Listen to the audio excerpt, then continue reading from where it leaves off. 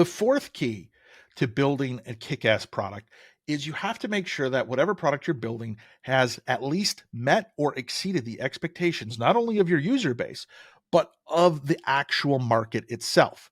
If you have competition, there are going to be bare minimum requirements as a barrier to entry. So, what are those bare minimums? It could be that your tooling or your software does certain things. If you're a database software, can you back up the database? You can't ignore that. Can you monitor and tune it? Can you see what's happening? All of these things are bare minimum requirements. They're table stakes. I like to use the example of a cell phone. If you build a cell phone, but the cell phone can't take calls, but it is great at listening to music and playing games, did you really build a cell phone? That's the type of thought process you need to have. You need to think about what are the minimum set of expectations, make sure you've met those from a requirements perspective, and then you add in your special awesomeness that people have asked for in your community. Product key number 5, UI UX. You need a freaking awesome user experience nowadays. There is no excuse for you to develop something that doesn't have a well polished and thought through user experience. In fact, if your user experience is not top notch, you are going to lose users and customers in your ecosystem. Your product needs that top notch user experience because your competition is going to be looking at it and developing it. A bad user experience can ruin an awesome piece of software.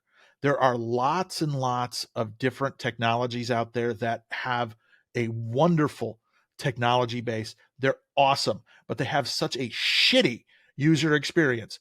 Everyone leaves those ecosystems with a bad taste in their mouth and they don't want to come back. Don't be that. If you want to build a kick-ass product, build a kick-ass user experience. Product key number 6 is an open source project needs a community. Okay. And so as you're building out your product, make sure that you build out the community in conjunction with it. You want to build a strong community who will help you promote your software, test your software, provide feedback, and provide contributions. So the key to success in that product space includes the strong community. So for that kick-ass product, as I said, we have those 6 ingredients, right? We have the understanding of where you're going, what your product is. We've asked questions, we've solicited feedback, we've listened to users.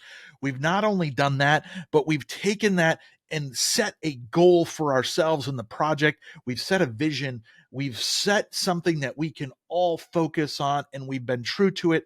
We've met the minimum requirements, and we built this kick-ass user experience and wrapped it all up with an outstanding community. If you have those 6 ingredients, you are well on your way to building that kick-ass product that you need in order to grow adoption.